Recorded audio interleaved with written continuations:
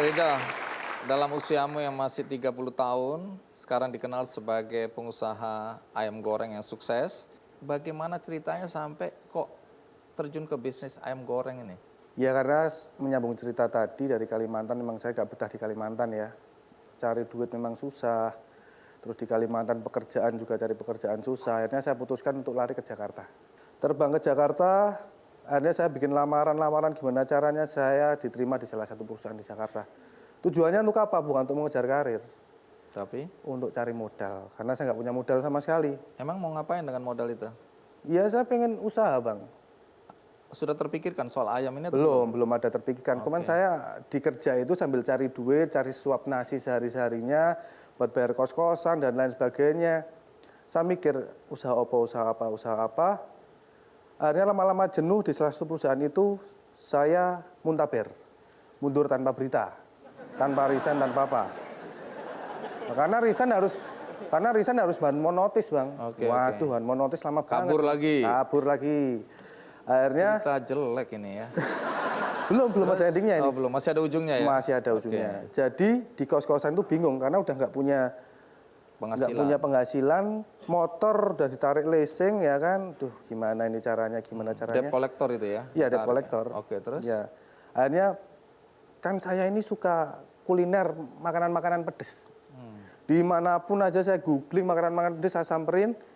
Di situ setiap makanan pedes yang berbau sambal tuh nggak ada yang sepi. Boleh dicek. Kenapa saya nggak bisnis sambal ini? Tapi sambal yang beda. Saya pecinta sambal bawang. Setiap pagi makan sambal bawang sama nasi hangatnya udah enak banget. Saya kolaborasikan, akhirnya dapat menu itu. Belilah terpal, beli bambu, bikin gerobak, dan lain sebagainya. Buka warung ayam gepuk itu. Di mana itu? Di Pesanggerahan sini bang, Jakarta Barat. Trotoar atau di trotoar, tapi nggak ada meja kursi. Karena nggak ada duit buat beli meja kursi, pakai tiker. Masih ada fotonya. Pakai tiker, jadi semua kalau makan di tiker semua. Wah ini pasti semua orang kemudian rame-rame datang beli?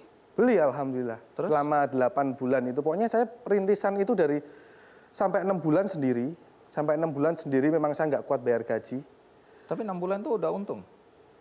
Ya kalau untung-untung buat beli sesuap nasi cukup lah bang. Oh jadi belum sukses ini. Wah ya? 10 porsi aduh udah seneng. 4 porsi, 6 porsi itu udah seneng banget. Udah yang penting ada orang belilah, jangan sampai zong. Iya kan malu ya. Iya malu udah. Capek-capek berdiriin tenda ya kan. Oke, terus? Akhirnya di bulan ke-6 mulai ada penghasilan per hari untung 150.000, 100.000. Kuatlah bayar anak buah. Dari situ lama-lama ada seseorang kokoh namanya Koh Dani. Itu setiap kali makan di tempat saya sama pacarnya itu setiap hari makan terus. Lama-lama dia tanya, Mas yang punya ya? Oh iya kok, ada yang bisa dibantu. Bisa franchise-in nggak? Waduh, saya belum tahu franchise itu apa. Ya udah, tinggalin nomor telepon aja kok. Nanti kurang lebih 1 minggu saya hubungi. Sambil belajar apa itu franchise? Sambil belajar apa itu franchise. Saya lari ke warnet. Itu ada franchise donat apa itu kan. Saya copy paste. Donatnya saya ganti ayam gepuk Pak Gembus. Oh. Jadi sampai proposal gitu iya, ya. Iya, proposal. Sampai akhir 2017 kemarin sebelum agreement saya perbarui ke franchise, ini sebenarnya agreement donat. Cuman donatnya saya ganti ayam gepuk Pak Gembus. Nah, itu. Terus tawarin ke Koko tadi. Iya. Oke. Singkat kata, bagaimana sampai ini bisa berkembang pesat itu? Koh Dani, oke, saya kasih ini caranya franchise, proposalnya seperti ini. Berdirilah cabang kedua punya Koh Dani itu. Dan akhirnya saya di banner itu di ujung saya tulisin info, saran, dan franchise, kasih nomor saya. Memang saya nggak tawar-tawarin, nggak, kasih nomor saya aja. Orang pada telepon, Mas saya mau franchise, ketemuan di mall A, mall B, mall C. Udah, saya naik taksi, naik bajai, naik apalah. Ketemu sama orang itu. Fix, deal, bayar. Saya buat gerobak, saya bikin ini. Lama-lama, word of mouth-nya, mulut ke mulut. Dan sampai sekarang di perusahaan saya juga, divisi yang nggak ada cuma marketing. Jadi mulut ke mulut ini. Mulut ke mulut. Tapi efektif sekali itu ya. Efektif. Sekarang kita lihat 640 gerai ya, termasuk sukses mobilnya keren gitu ya. Tapi utang 200 juta nasibnya gimana itu? Itu tinggal 1 atau 2 orang orang PLN sama ada lagi di Semarang. Jadi Anda bayar kembali utang? Iya, ada 2 orang itu yang belum ketemu sampai sekarang. Nah, setelah nonton acara ini datang Iya dia. nggak apa. Kalau memang lihat saya, Malah bagus, alamat ya. saya di Jakarta Barat, silakan datang ke rumah nanti saya bayar nanti utangnya. Nah, beberapa karyawan ada kaitan dengan masa lalu ya. Tadi bilang apa yang cuci Wah, bos cuci motor saya. bosmu dulu yang ngasih Bos saya jadi kerjaan. karyawan saya sekarang. Bos saya dulu. Iya. Namanya siapa namanya? Namanya Vino. Ada nggak di sini? Vino panggilannya Gilang, giginya hilang satu. Ada Mana yang namanya Vino boleh berdiri? Wah ini harus berterima kasih ya karena Wah, ya. dulu Anda diselamatkan oleh Iya. Vino. Nggak kita gaji 400 per bulan, tapi ya lumayan lah duit. Ya kan?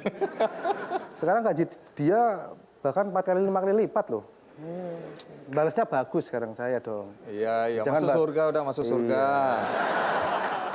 Saya. Terus katanya ada Pak Ridwan yang dulu Ninggalin saya subuh-subuh itu, di Lele itu, tuh. Mana-mana? Jadi, finance saya sekarang. oh Finance. pernah terbayang bahwa bisa hidup seperti sekarang ini. Saya bilang sering sama istri, sama teman-teman saya. Istri ada nggak istri? Ada istri saya. Ah, boleh istri Paling berdiri? cantik studio, berdiri ya. Waduh. Itu pelanggan saya itu. Tunggu. Ada yang percaya secantik ini istrinya dia? Semua geleng-geleng kepala. Ya, ini gara-gara belum facial aja. Kalau facial kita sama kok. Iya.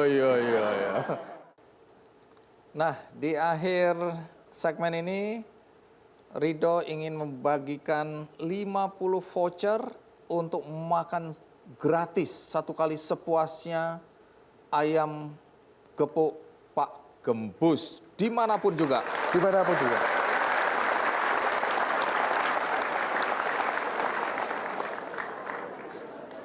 Baik, Mas Ridho, terima kasih Ya. untuk berbagi cerita di sini, memberikan inspirasi buat anak-anak muda di seluruh Indonesia.